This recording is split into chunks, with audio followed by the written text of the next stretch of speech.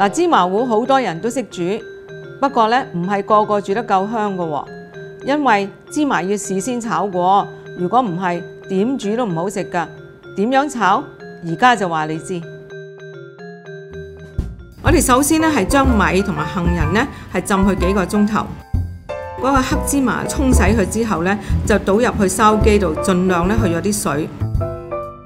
喺呢個時候咧，就用一個平底鑊啦。咁燒熱嗰個鑊咧，放入黑芝麻去嚟炒啦。呢個部分好緊要㗎，我哋要炒咧個黑芝麻由有水分有煙出嚟嘅時候變為無煙，再炒到咧嗰啲芝麻嘅油係被逼出嚟，喺個鑊上面有些少跳動啦。嗱，炒好晒啲芝麻之後咧，將芝麻啦、米、杏仁同埋水咧就倒入攪拌機。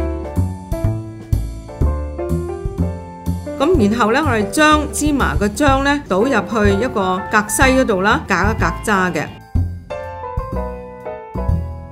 咁我哋咧就將呢個芝麻嘅漿同埋一啲糖就倒入去一個高身嘅煲，用中小火煮佢大約係12分鐘，咁就得㗎啦。